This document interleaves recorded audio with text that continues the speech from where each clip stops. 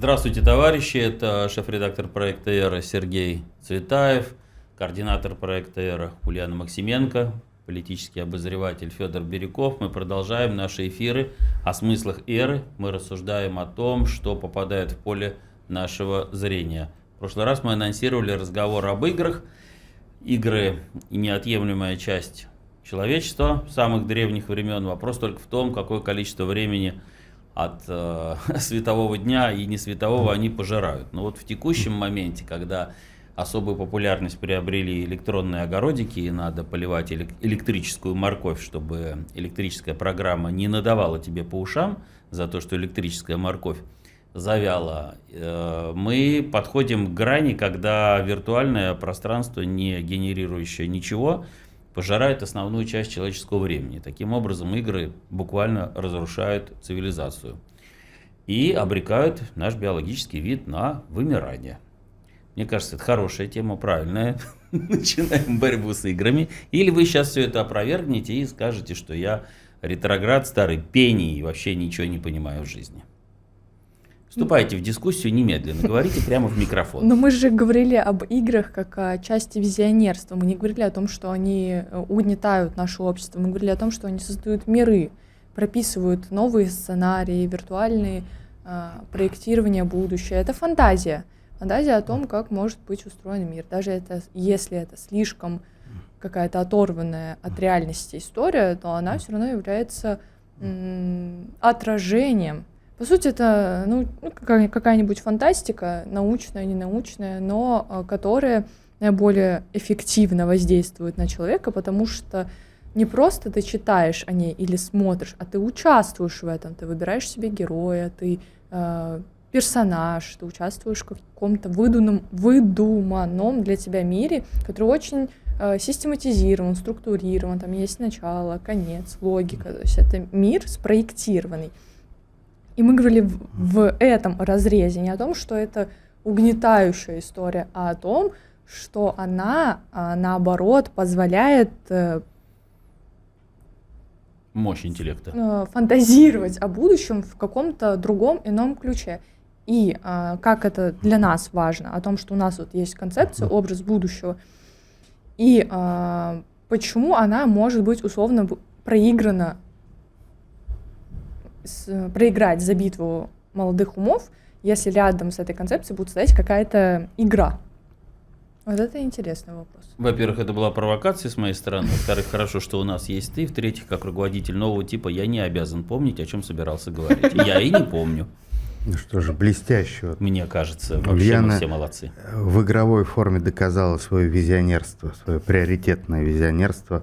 Вот, ты прекрасно начал. Зачин такой вот, значит, трагичный, а как поется в одной песне, достаточно начать, закончить тоже можно. Я тоже принимаю участие в игре и сегодня набрасываю на себя игровую роль абсолютно серьезного человека и серьезно говорю. Игры — это больше, чем часть человеческой культуры. Игры — это форма жизни. Всем, ну, по крайней мере, млекопитающим существам игры знакомы.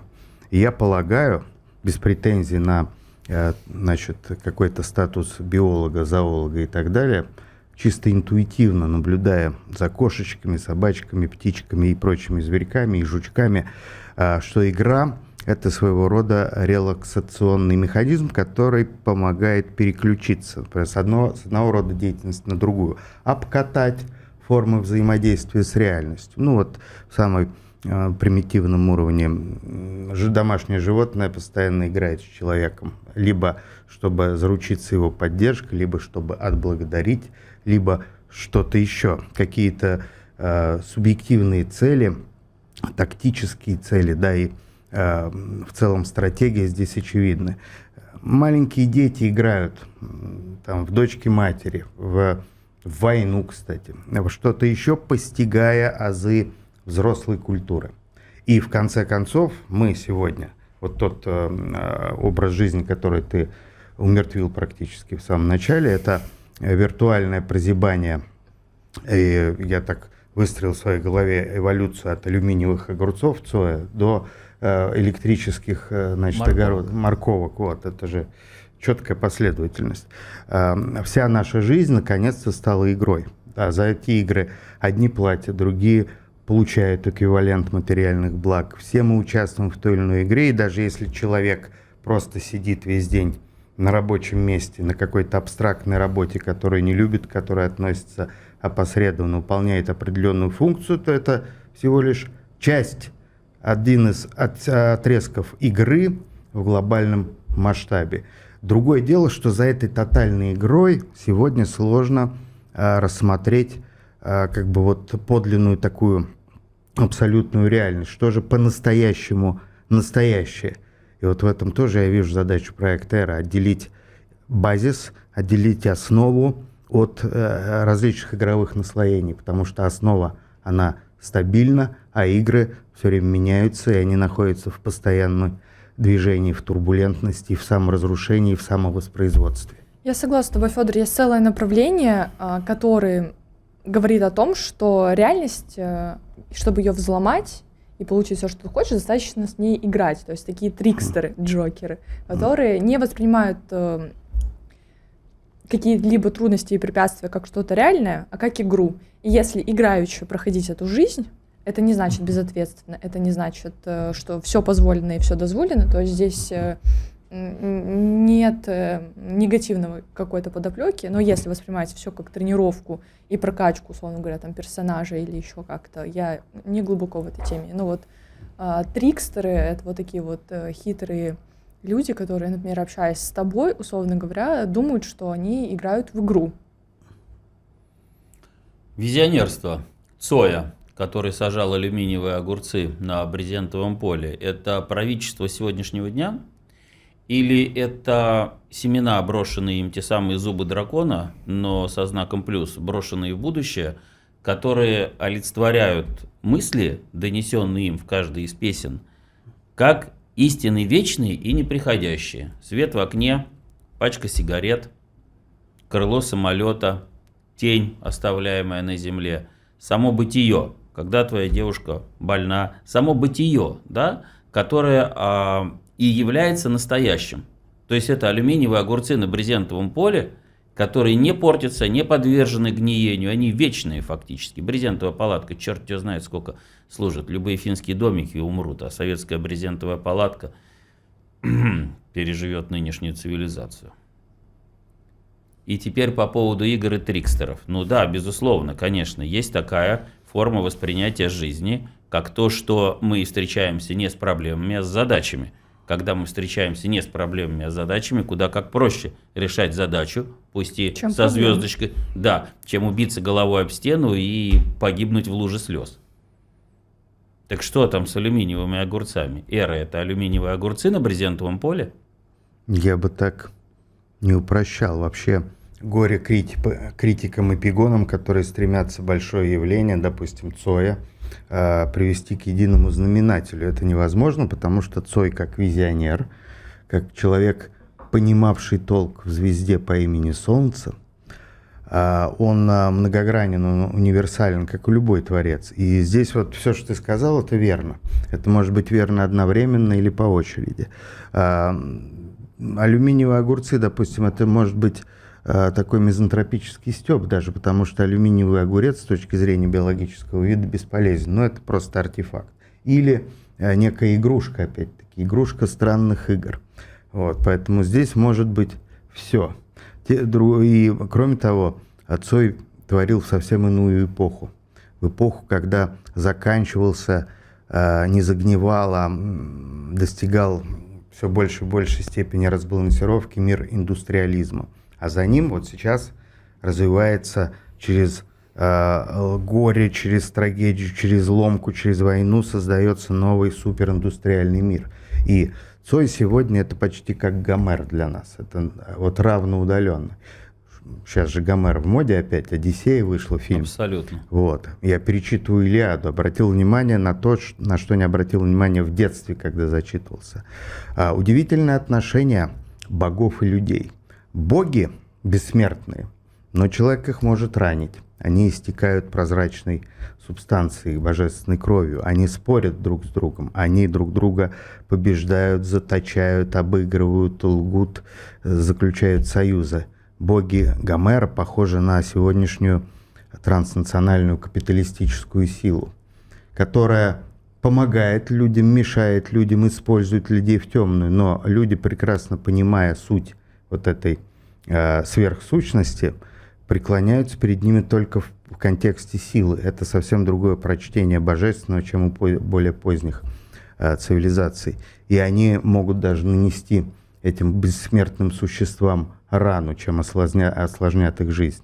Так вот, сегодняшний мир, он одновременно устремлен далеко-далеко в будущее. Будущее очень интенсивно на наших глазах формируется, но при этом в нем поднялись пласты очень архаических стихий, энергий и элементов. И вот мы оказались межэпохами, межвременами. Мы как бы не из-под глыб, а над глыбами, около глыб. И сами мы глыбы, по сути дела. В этом сложность человека современного.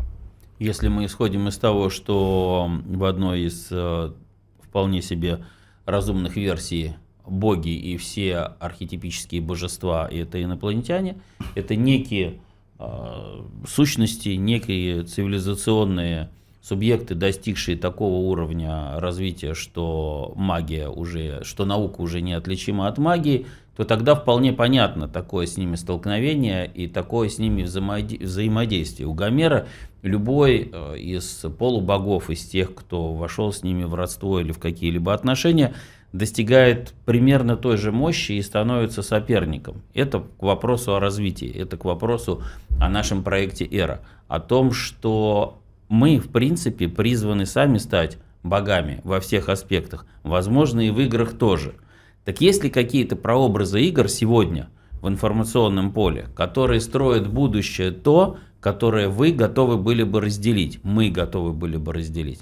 Или есть то, что представляет собой одну из мрачнейших проекций будущего, как, например, тот же самый Вархаммер, где, в принципе, технологически все здорово, потом все обрушилось, потом темные века прошли, пришел в той или иной форме свет, началось объединение человечества, и на фоне, казалось бы, какого-то цивилизационного рывка все это мрак нескончаемый.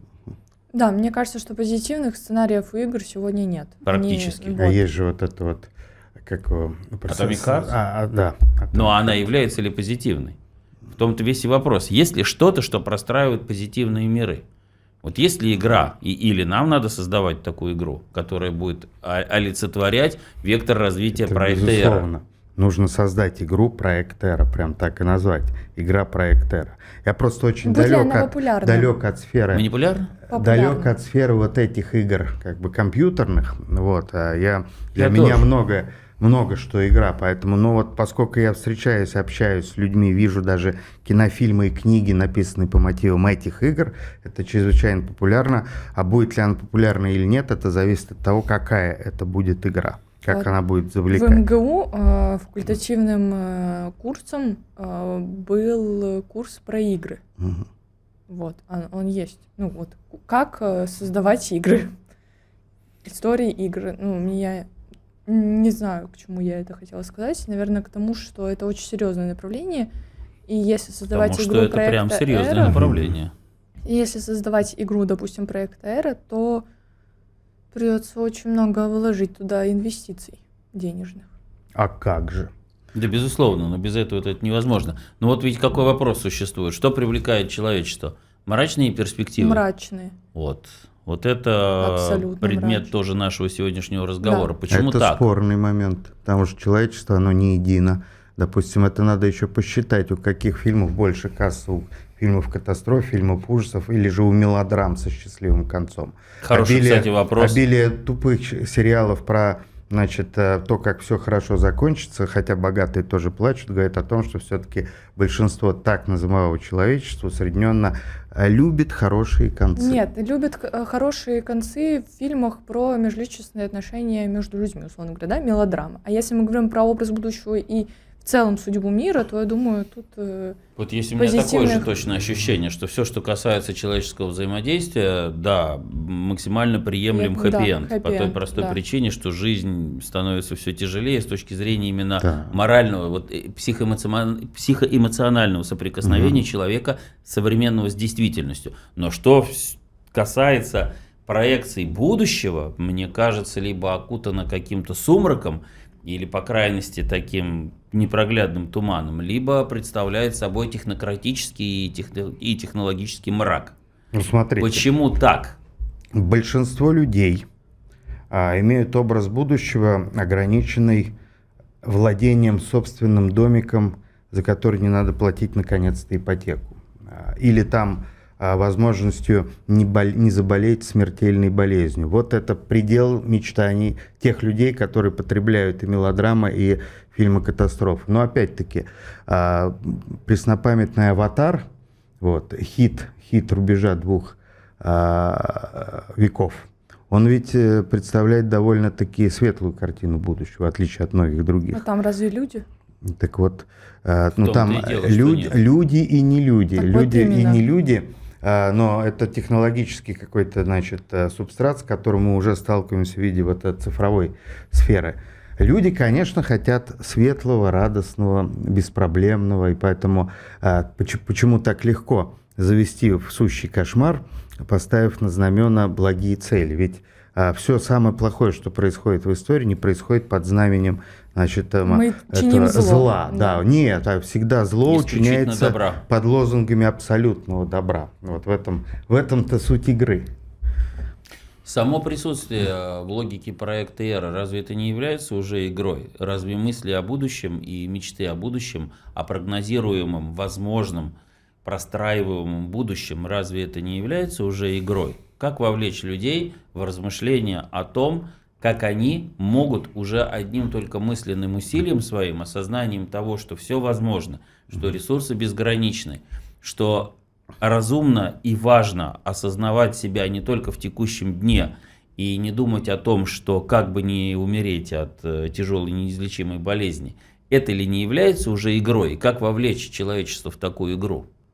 Что сделать для того, чтобы люди перешли во внутреннюю программу созидательного настроя, чтобы они начали думать о будущих поколениях? Нужно предложить им безальтернативный вариант светлого будущего. Вот то, о чем ты говоришь. Безальтернативный вариант светлого Проект будущего. «Эра» не должна быть дискуссионным вопросом. Мы не предлагаем подумать, нужен проект «Эра» или нет. Мы предлагаем вселенную. Игра «Проект Эра». Там уже человек начинает включаться, он действует по правилам проекта «Эра». Любая мощная идея захватывает, она претендует на универсальность. Проект «Эра» должна быть альтернативной всем другим теориям, доктринам и моделям. Иначе человек устает. Тем более сегодняшний человек, он постоянно в ситуации выбора. Выбор в магазине, выбор на работе, выбор в этой самой, выбор партнера, все. Он хочет определенности. Он хочет, чтобы ему показали точно, вот это хорошо. Он хочет даже в выборе, когда ему предлагают красную и синюю таблетку, чтобы была обязательно подсказка, стрелочка курсора и так далее. Проект «Эра» нужно преподносить как единственно возможную и нужную реальность, тем более, что это именно так. А я подумала про то, что если, вот, условно говоря, проект «Эра» был бы игрой, если бы это была игра про созидание, то в нее бы играли чрезвычайно системно мыслящие люди. Ведь это же стройка. По сути, построить Стройка. дорогу. Это Да. проектная деятельность. Проектная деятельность, Да. да. А кому она больше всего интересна? Наверное, тот, кто системно умеет, инженеры, математики, Что физики, должно- кибернетики, по Кибернетики. сути. А как завлечь остальных в эту игру? В ту игру, где негде строить, да. молотом раскроить голову какому-нибудь Все правильно, чудовищу. да, абсолютно. Да, вот я даже не представляю. То есть придется придумывать Нет, каких-то так это этих- же легко происходит. Терраформировать Как- планету можно, Зачем, а вот зачем молотом сразу кому-нибудь- ругаться? Конструкторы, Лего и им подобные, которые Да, предлагают вот, это наша создать из аудитория. деталек огромные вот эти космические корабли. Вот, это игра, строительство. Я в детстве Да, собирал домики. Лего. Я ни разу не инженер, никогда не хотел быть им. Мне было безумно интересно построить свой домик, свой город. Потом я начал строить свои империи. Вот, супер, Вот. проекторы Когда уже... мне не хватало кубиков, я вырезал домики из пакетов из-под молока, я строил города свои. Вот. Гениально. Между тем Гениально. вспоминается отрывок из Лилы и Стич, из первой части, когда она говорит ему, почему ты все ломаешь, почему ты все портишь. Он в течение там нескольких секунд выстраивает одну из улиц, возможно, это Манхэттен, вешает гирлянду, лампочки, то есть такие дома стоят. Она говорит, ой, какой ты молодец. Потом он, значит, выпускает свои уши и все это начинает разгружает, как Годзилла. Вот. Или как Шива, создающий и уничтожающий миры. Предположим, как Шива, да. Крошка, сын к отцу пришел, скажем, к Шиве и спросила Крошка, папа, Эра хорошо? Да, сынок, неплохо.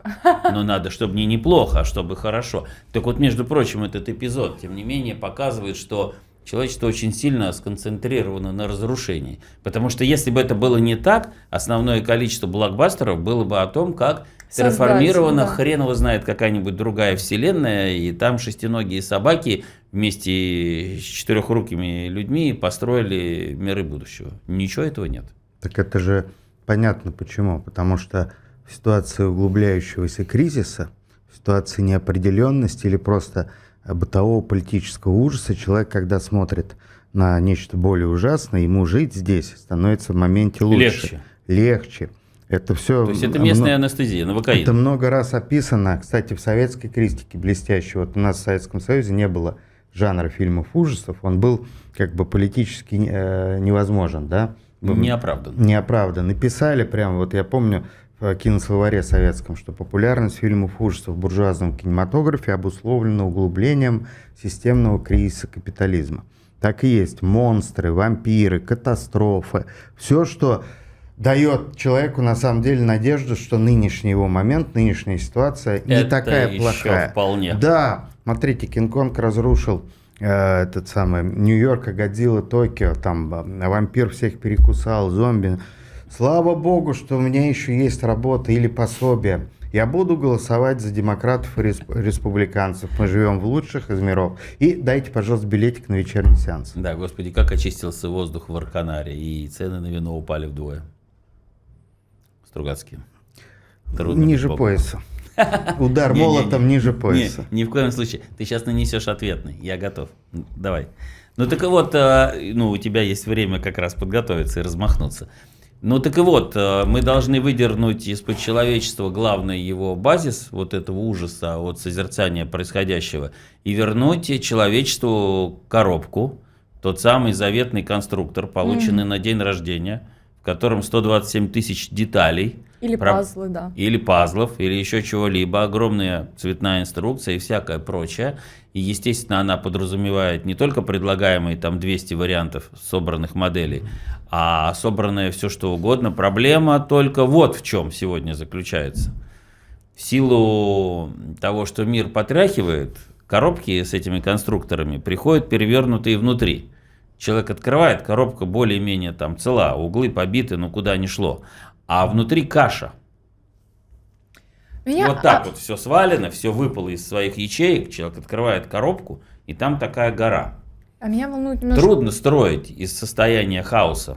Другой вопрос. На самом деле ситуация, мне кажется, немножечко иначе. Это когда детишки разбомбили всю комнату, еще в агонии друг друга бьют линейкой по голове. И вот этот логарифмически. И вот эту энергию, представляешь, детей, которые вот с ума сошли, и вот это, и бегают. И ты им приносишь эту коробку с пазлами, они на тебя смотрят, вот эти взбешенные энергии, и не хотят собирать эти пазлы.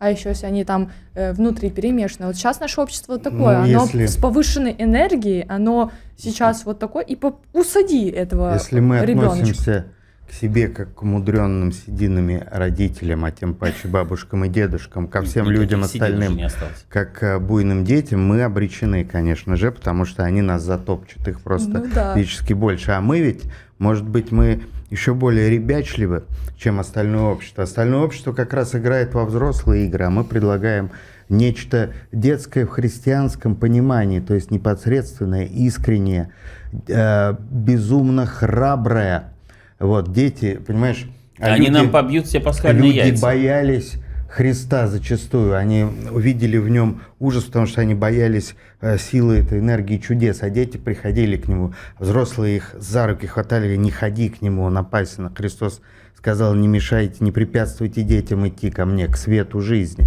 Вот. Это тогдашнее изложение проекта «Эра», то, что мы сегодня называем проект «Эра». Но если мы перестанем играть, кстати, играть в учителей, в школу, то есть вот современная школа – это формат индустриального общества, когда воспроизводилась бесконечная вертикально подчиненная система общества. Сегодняшнее общество другое. Мы не должны заходить в класс как учитель уже напуганный, что его сейчас будут закидывать бумажками, линейками и подложат на стул эту самую кнопку. Мы же для себя это делаем, а не для кого-то. Что там дети говорили родителю, когда их не пускали к Христу? Булгаковскую фразу «Деспот и мещанин, не ломайте мне руку»? Конечно, нет. Я даже посоветовал бы не шутить по этому поводу слишком резво, потому что булгаковское понимание сюжета слишком вульгаризировано в дальнейшей критике. Вот. Чтобы понять Булгакова, нужно знать чуть больше школьной программы.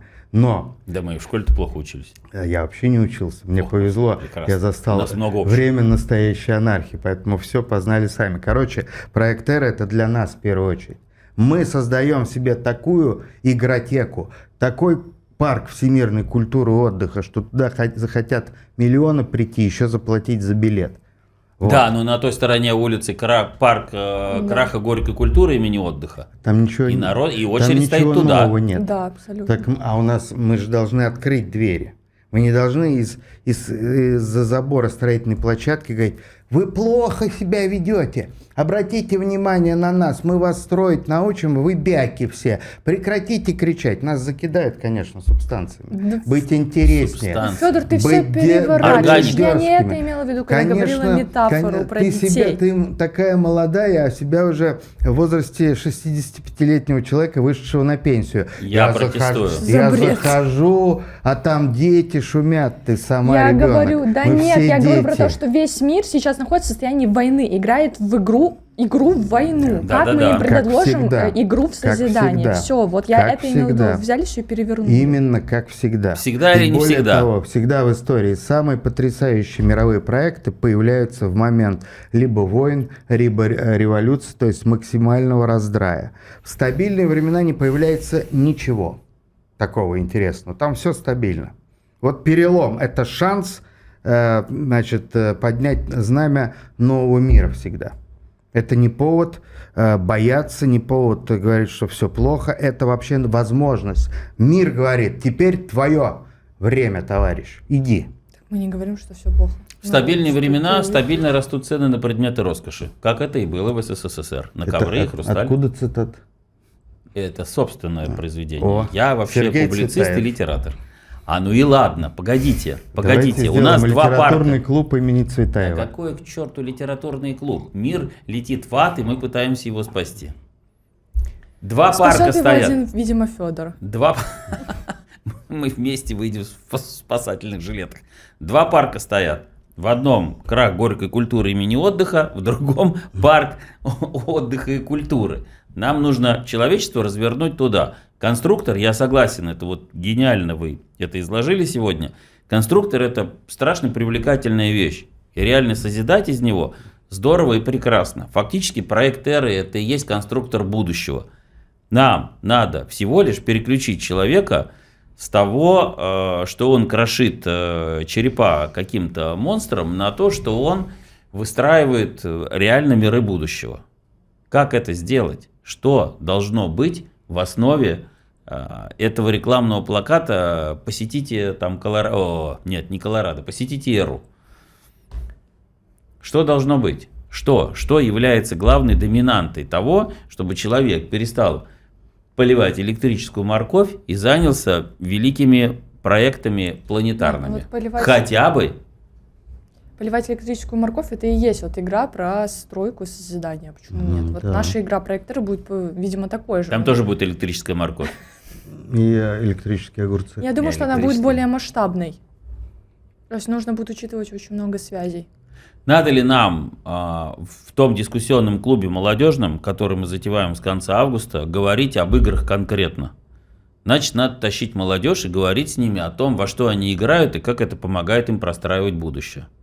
Что скажете? Кстати, это очень интересный вопрос. Я не знаю, как это им помогает простраивать будущее. Вот, но мы хотя бы, очень давай интересно. мы хотя бы узнаем, мы с ними поговорим хотя бы. Есть ли игры, которые помогают им простраивать будущее?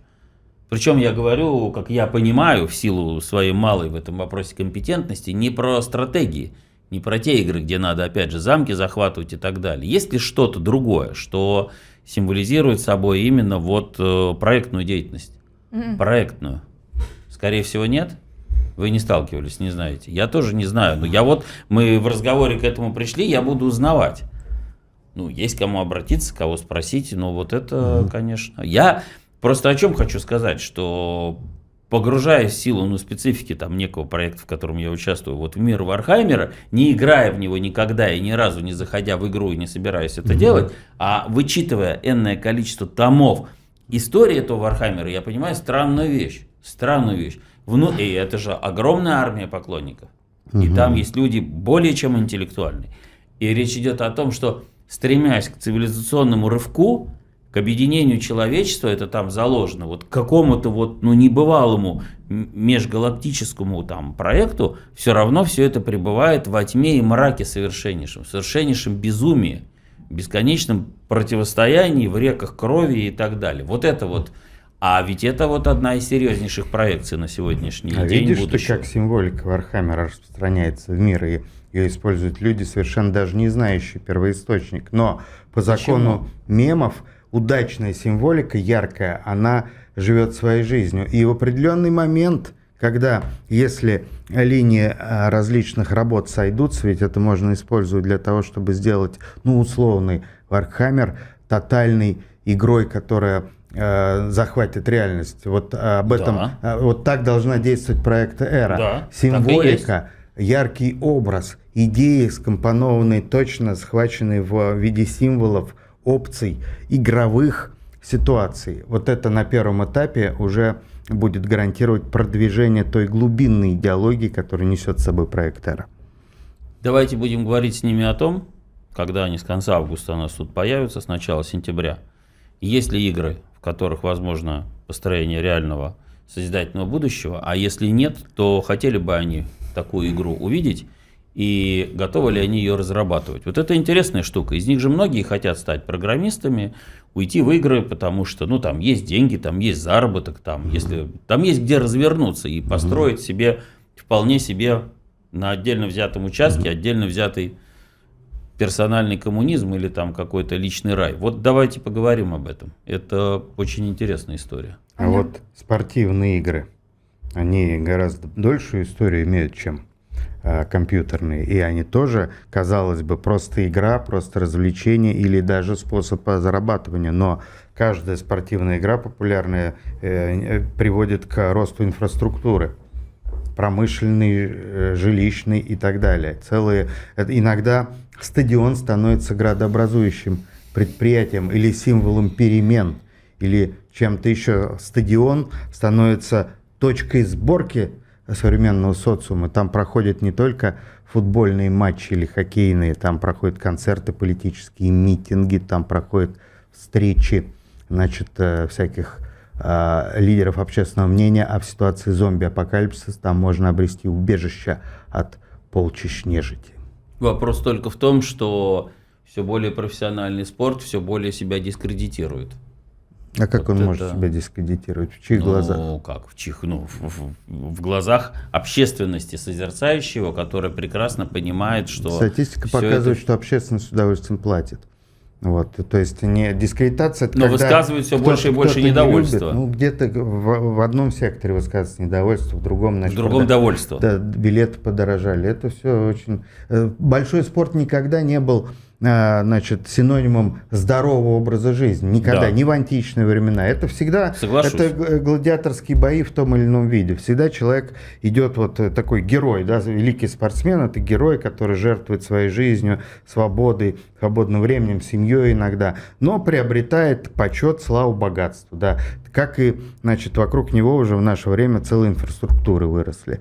И это тоже игра, которая захватывает миллионы, миллиарды, да, есть целый континент, какой-нибудь Южная Америка, там во всех странах футболисты это герои, они становятся политиками, они могут указать: голосуй за этого, и миллионы будут исполнять его волю, хотя этот человек Местно чтимые святые. просто пинает мячик. Эри это никак не относится так же, как и стрелялки. Наша игра это про стройку из проектной деятельности созидания. Все остальное, по-моему, никак. А стройку ты как Согласен. будешь защищать от набегов бандитов? Придется пострелять. Ну, А строителям как интересно. Интересно. Это да, та самая стратегическая оборона. Вечером- как говорит Да, Сергей стратегическая Иванович. оборона должна быть прописана в этой игре. Да, А тетрадь вечером Грера. артистов надо привести рабочим, чтобы они расслабились? Вот. Надо. Получается, мы что, предлагаем игру в управлением государством? Тотальную игру. Помните, у нас в одном из эфиров звучало прекрасно, есть набор юный химик, юный там Да, а теперь физик, юный а юный президент, Потрясающе, давайте такую. Вы знаете, вот юный управитель галактики. в советское время лидерами государства становились люди простые. Все, кроме Ленина, Ленин дворянин был. Все остальные из народа вышли. А сегодня Да. простой человек не станет даже муниципальным депутатом, у него денег не хватит. Вот такая разница миров. Поэтому Советский Союз всегда про будущее, всегда про свободу. Революция не закончилась, товарищи. У нас отличная тема для молодежного клуба, а вот следующий наш выпуск мы обмозгуем, и пусть это будет некой локальной тайной. Прекрасно, поговорили хорошо. Это был шеф-редактор проекта «Эра» Сергей Цветаев, политический обозреватель Федор Бирюков, координатор проекта «Эра» Ульяна Максименко. И несмотря на то, что я забыл, о чем мы собирались говорить, в целом эфир состоялся. Спасибо.